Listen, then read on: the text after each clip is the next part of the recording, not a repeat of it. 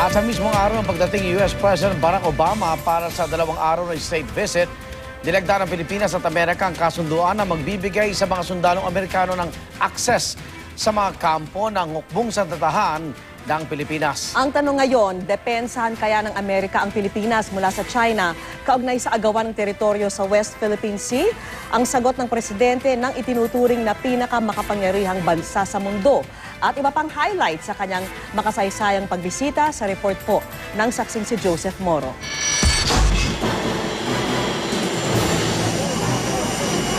Masiglat ang ngiti si US President Barack Obama paglabas pa lamang sa Air Force One na lumapag alinsunod sa schedule bandang 1:30 ng hapon.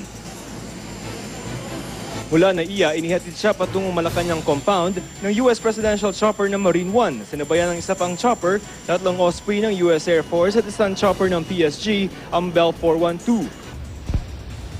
Ang heavily armored state car na The Beast naman ang naghatid sa kanya sa mismong palasyo kung saan sinalubong siya ni Pangulong Noynoy Aquino at isinagawa ang welcome ceremony.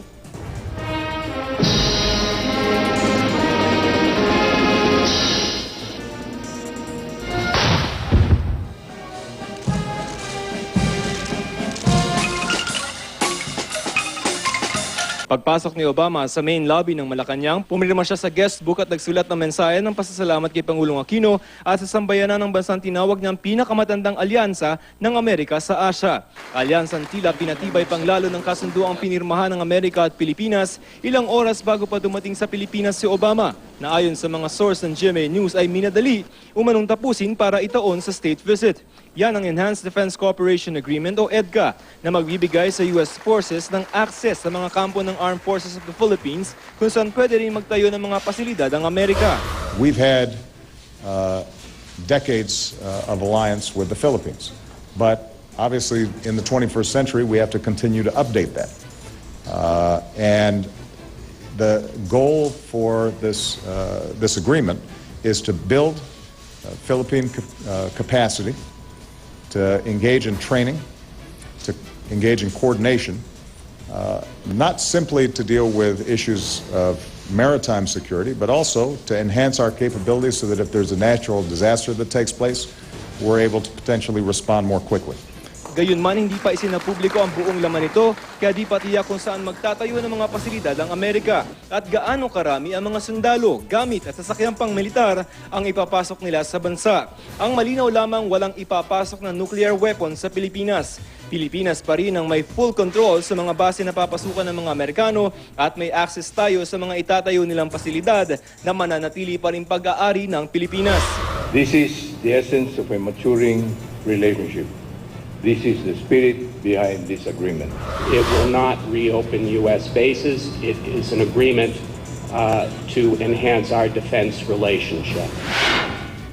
Dahil ang paglagda ng kasunduan at pagbisita ng Obama, tiyempo rin sa hindi pa humuhupang agawan ng China at Pilipinas sa mga teritoryo sa West Philippine Sea. Natanong din ukol dyan si Obama sa isinagawang joint press conference nila ni Aquino kasunod ng 1 oras nilang bilateral meeting.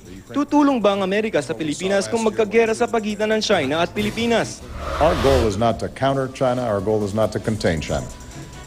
Our goal is to make sure that international rules and norms are respected. And our primary interest is the peaceful resolution of conflict, freedom of navigation.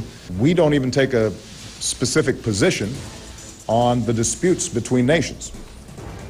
But as a matter of international law and international norms, we don't think that coercion and intimidation is the way to manage these disputes.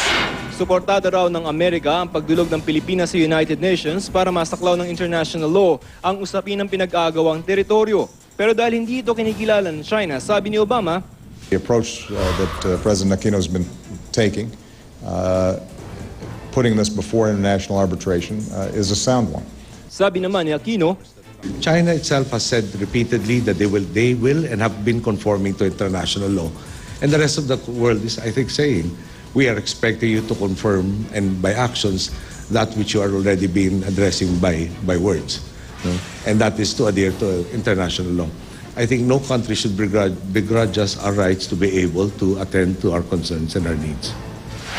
Nagpasalamat din ang Pangulo sa tulong ng Amerika sa mga biktima ng bagyong Yolanda at maging sa suporta nito sa usapang pangkapayapaan sa MILF. I reiterate formally, the Filipino people will never forget such kindness and compassion.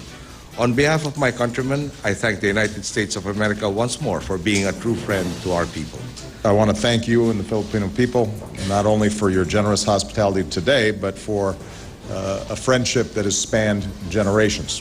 To the good health, happiness, and success of our dear friend President Obama and his family.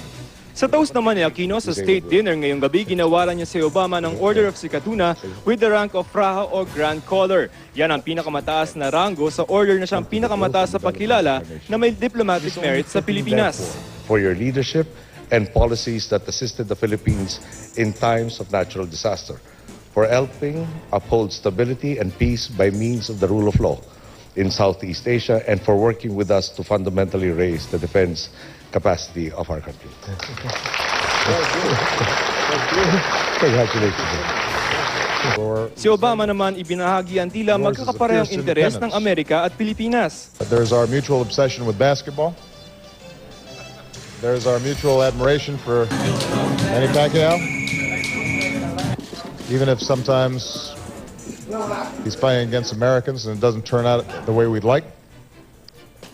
There's our shared pride in the millions of Filipino Americans. There's one in particular I'm grateful for, Chris Comerford, our executive chef at the White House.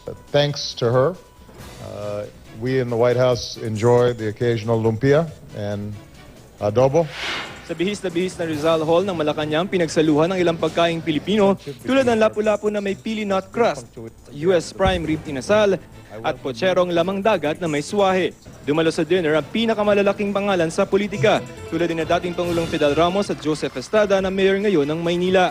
Gayon din ang mga business leader tulad ng GMA Network Incorporated Chairman and CEO Attorney Felipe L. Gozon.